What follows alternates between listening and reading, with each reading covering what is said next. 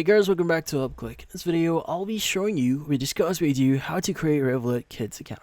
But first, check our special offer in the description. So, let's get started. So if you want to create a Revolut Kids account, so if you want to create an account for your kid, well, this one is quite easy. So first things first, you want to open up the Revolut app here, access your account. Now, in your account here, go and click on account so you see at the center of your screen. And in the next page, you should be able to see all your accounts. Go and click on add new that you see at the very bottom of your screen. So from here, it should give you different options. You have personal, joint, freelancer, and also kids. So make sure to select kids.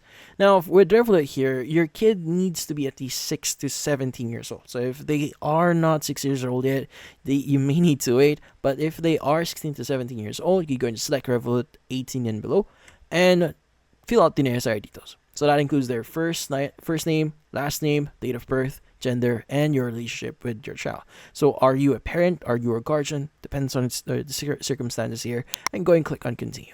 Now once you click on continue, they may require you to enter further details. So go and just enter those details and provide any necessary details in order for them to create, or in order for you to create your account.